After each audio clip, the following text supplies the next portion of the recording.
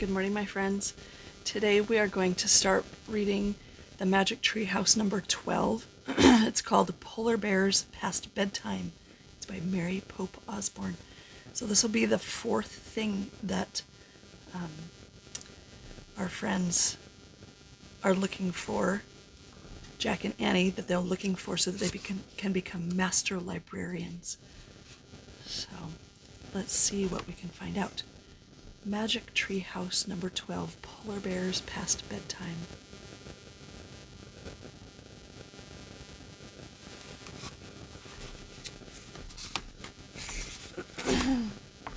Chapter 1. Are you serious?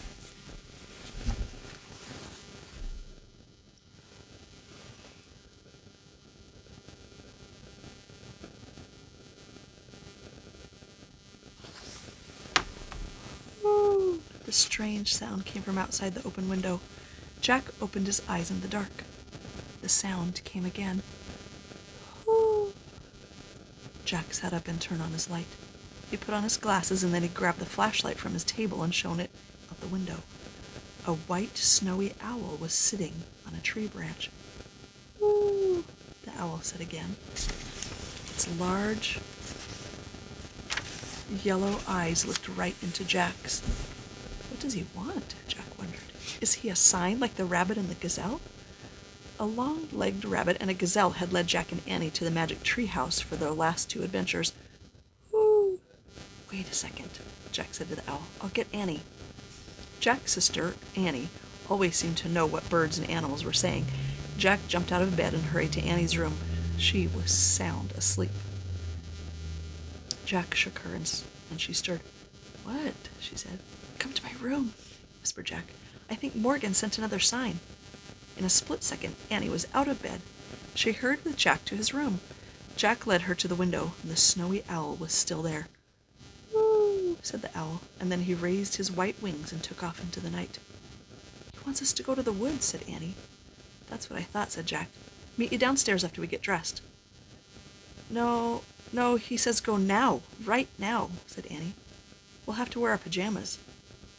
I have to put on my sneakers, said Jack. Okay, I'll put on mine too. Meet you downstairs, said Annie.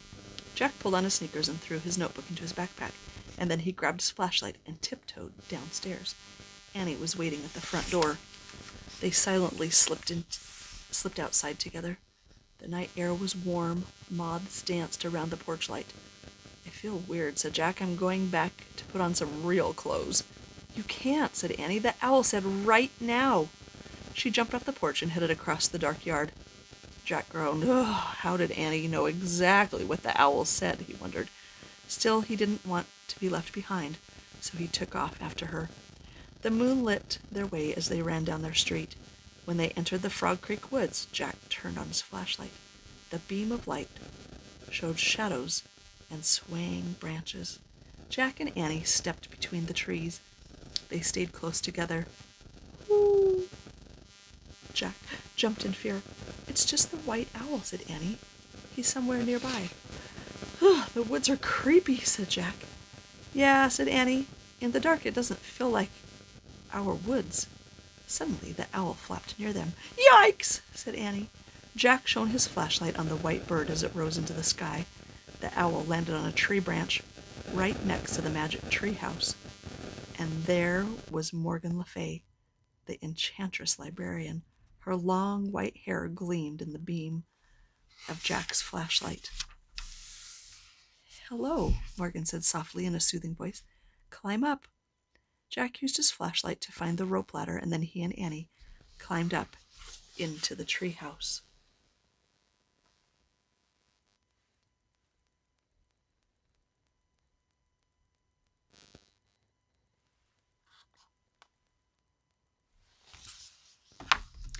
Morgan was holding 3 scrolls. Each one held the answer to an ancient riddle that Jack and Annie had already solved. You have journeyed to the ocean, the Wild West, and Africa to find the answers to these 3 riddles, said Morgan. Ready for another journey? Yes, said Jack and Annie together. Morgan pulled a 4th scroll from the folds of her robe, and she handed it to Annie. After we solve this riddle, we will become master librarian. We will become master librarians? Asked Annie. And help you gather books through time and space? Said Jack. Almost, said Morgan. Before Jack could ask what she meant, Morgan pulled out a book and gave it to him. For your research, she said.